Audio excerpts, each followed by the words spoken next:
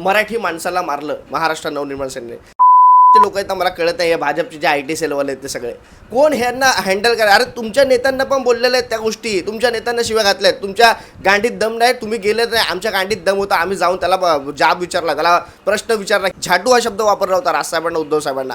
देवेंद्र फडणवीस यांना नाही ते बोललाय. बाकीच्या इतर सगळ्या नेत्यांना, मोठमोठ्या महाराष्ट्रातल्या नेत्यांना नाही ते बोललाय. आणि काय हे भाजपच्या IT सेल सगळं पसरवतं. अरे लाजा वाटला पाहिजे तुम्हाला, तुमच्या पक्षातल्या नेत्याला पण तो शिव्या घातलाय त्या पोरांनी. अशा लोकांना जर का जाब विचारायचा नसेल तर कोणाला विचारायचा. विरोधाला विरोध करणारा आम्ही नाही. तुम्हाला विरोध करायचा आमच्या कामाचा करा, तुम्हाला विरोध करायचा आमच्या राजकीय विचारांचा करा.